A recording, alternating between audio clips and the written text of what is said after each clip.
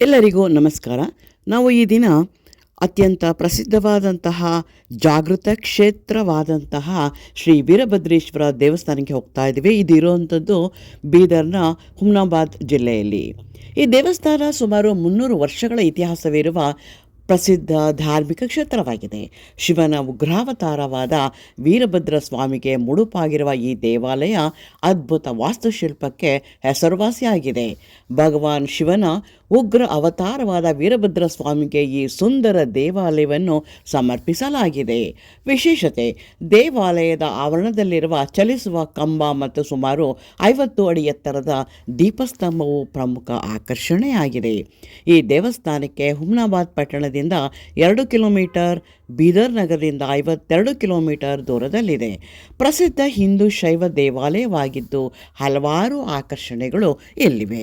ಕ್ರಿಸ್ತಶಕ 1725ರಲ್ಲಿ ರಾಜ ರಾಮಚಂದ್ರ ಜಾಧವ್ ಅವರು ಈ ದೇವಾಲಯವನ್ನು ನಿರ್ಮಿಸಿದರೆಂದು ಸ್ಥಳೀಯ ಪುರಾಣ ಹೇಳುತ್ತದೆ. ಸುಮಾರು 300 ವರ್ಷಗಳಿಗಿಂತಲೂ ಹೆಚ್ಚಿನ ಇತಿಹಾಸವನ್ನು ಹೊಂದಿದೆ. ಸುಂದರವಾದ ಗೋಪುರ, ವಿಶಾಲವಾದ ಪ್ರಾಂಗಣ, ಪವಿತ್ರ ಕಲ್ಯಾಣಿಯನ್ನು ಕೂಡ ಹೊಂದಿದೆ. ಶಿವನ ಉಗ್ರ ರೂಪವಾದ ಶ್ರೀ ವೀರಭದ್ರ ಸ್ವಾಮಿ ಇಲ್ಲಿ ಮೂಲ ವಿಗ್ರಹವಾಗಿ ಪೂಜಿಸಲ್ಪಡುತ್ತದೆ. ವಿಗ್ರಹದ ಗರ್ಭಗುಡಿ ಕಲಾತ್ಮಕವಾಗಿದೆ.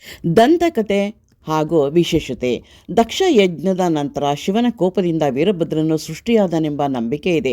ದೇವಸ್ಥಾನದ ಆವರಣದಲ್ಲಿರುವ ಕಂಬಗಳಲ್ಲಿ ಒಂದು ನೆಲದಿಂದ ಸ್ವಲ್ಪ ಮೇಲೆ ತೇಲುತ್ತದೆ. ಇದನ್ನು ಕದಲುವ ಕಂಬ ಎಂದು ಕರೆಯುತ್ತಾರೆ. ಪೌರಾಣಿಕ ಹಿನ್ನೆಲೆ, ದಕ್ಷ ಮಹಾರಾಜನ ಯಜ್ಞದ ಸಮಯದಲ್ಲಿ ಸತೀದೇವಿಯು ಯಜ್ಞಕುಂಡಕ್ಕೆ ಹಾರಿ ಆತ್ಮಾರ್ಪಣೆ ಮಾಡಿಕೊಂಡಾಗ ಶಿವನ ಕ್ರೋಧದಿಂದ ವೀರಭದ್ರನು ಜನಿಸಿದನು ಎಂಬ ಪುರಾಣ ಕಥೆ ಇದೆ. ಇದೊಂದು ಜಾಗೃತ ಕ್ಷೇತ್ರವಾಗಿದೆ.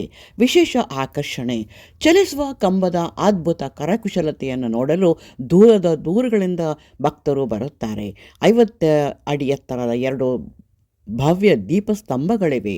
ಜನವರಿ ಫೆಬ್ರವರಿ ತಿಂಗಳಿನಲ್ಲಿ 7 ದಿನಗಳ ಕಾಲ ಜಾತ್ರೆ, ರಥೋತ್ಸವ ನಡೆಯುತ್ತದೆ. ಭಕ್ತರು ಅಗ್ನಿಕುಂಡದಲ್ಲಿ ಭಕ್ತಿಯಿಂದ ನಡೆಯುತ್ತಾರೆ. ಬೆಳಗ್ಗೆ 7 ಗಂಟೆಯಿಂದ 11 ಗಂಟೆಯವರೆಗೆ ದೇವಸ್ಥಾನ ತೆರೆದಿರುತ್ತದೆ ಮತ್ತು ಸಂಜೆ 4ರಿಂದ 8 ಗಂಟೆಯವರೆಗೆ ತೆರೆದಿರುತ್ತದೆ. ಜಾಗೃತ ಕ್ಷೇತ್ರ ಇದೊಂದು. ಜಾಗೃತ ಕ್ಷೇತ್ರವೆಂದರೆ ಜೀವಂತ ದೈವಿಕ ಶಕ್ತಿ ಇರುವ ಪವಿತ್ರ ಸ್ಥಳ. ಇಲ್ಲಿರುವ ದೇವರಿಗೆ ಅಪಾರವಾದ ಶಕ್ತಿ ಇರುತ್ತದೆ.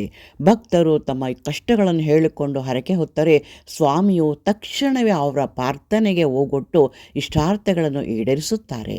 ಪವಾಡಗಳು, ಸಕಾರಾತ್ಮಕ ಬದಲಾವಣೆಗಳು ತಕ್ಷಣವೇ ಕಂಡುಬರುತ್ತದೆ. ನಾವಿಲ್ಲಿ ಎದುರುಗಡೆ ದೇವರ ಒಂದು ಗರ್ಭಗೃಹವನ್ನು ನೋಡ್ತಾ ಇದ್ವಿ. ದೇವರ ಒಂದು ಮೂರ್ತಿಯನ್ನು ನೋಡ್ತಾ ಇದ್ದೀವಿ. ಅತ್ಯಂತ ಸುಂದರವಾದಂತಹ ನಾಮಗಳು ಮತ್ತು ಅಲಂಕಾರಗಳನ್ನು ಒಳಗೊಂಡಂತಹ ಸುಂದರವಾದಂತಹ ವೀರಭದ್ರ ಸ್ವಾಮಿಯ ಒಂದು ಗರ್ಭಗುಡಿ. ಎದುರುಗಡೆ ಅತ್ಯಂತ ಕಲಾತ್ಮಕವಾಗಿ ಕೆತ್ತಲ್ಪಟ್ಟಂತಹ ಒಂದು ಬಸವನ ಮೂರ್ತಿ ಇದೆ. ಅದನ್ನು ಬೆಳ್ಳಿಯಿಂದ ಅಲಂಕರಿಸಲಾಗಿದೆ.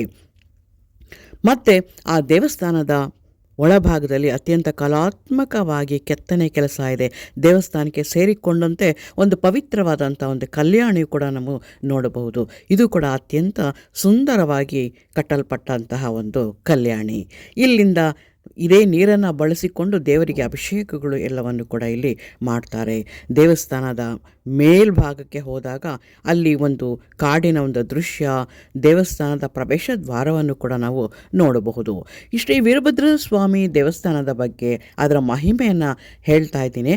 ಅದರ ಬಗ್ಗೆ ನಿಮಗೆ ಇಷ್ಟವಾದರೆ ಲೈಕ್ ಮಾಡಿ, ಸಬ್ಸ್ಕ್ರೈಬ್ ಮಾಡಿ ಮತ್ತು ಶೇರ್ ಮಾಡಿ. ನೀವು ಕೂಡ ಸಾಧ್ಯವಾದರೆ ಬೀದರ್ನಲ್ಲಿರುವಂಥ ಹುಮ್ನಾಬಾದ್ನಲ್ಲಿ ಈ ದೇವಸ್ಥಾನ ಇದೆ. ಇಲ್ಲಿಗೆ ನೀವು ಒಮ್ಮೆ ಭೇಟಿ ಕೊಡಬೇಕು. ಭೇಟಿ ಕೊಟ್ಟರೆ ಬಹಳ ಒಳ್ಳೆಯದು. ಅಲ್ಲಿನ ಒಂದು ಸಕಾರಾತ್ಮಕ ಮತ್ತು ಜಾಗೃತ ಕ್ಷೇತ್ರ, ಅದೊಂದು ಶಕ್ತಿಪೀಠ ಅಂತಲೂ ಕರೀತಾರೆ. ಅದನ್ನೆಲ್ಲ ಕೂಡ ನೀವು ನೋಡಿ ಆನಂದಿಸಬಹುದು.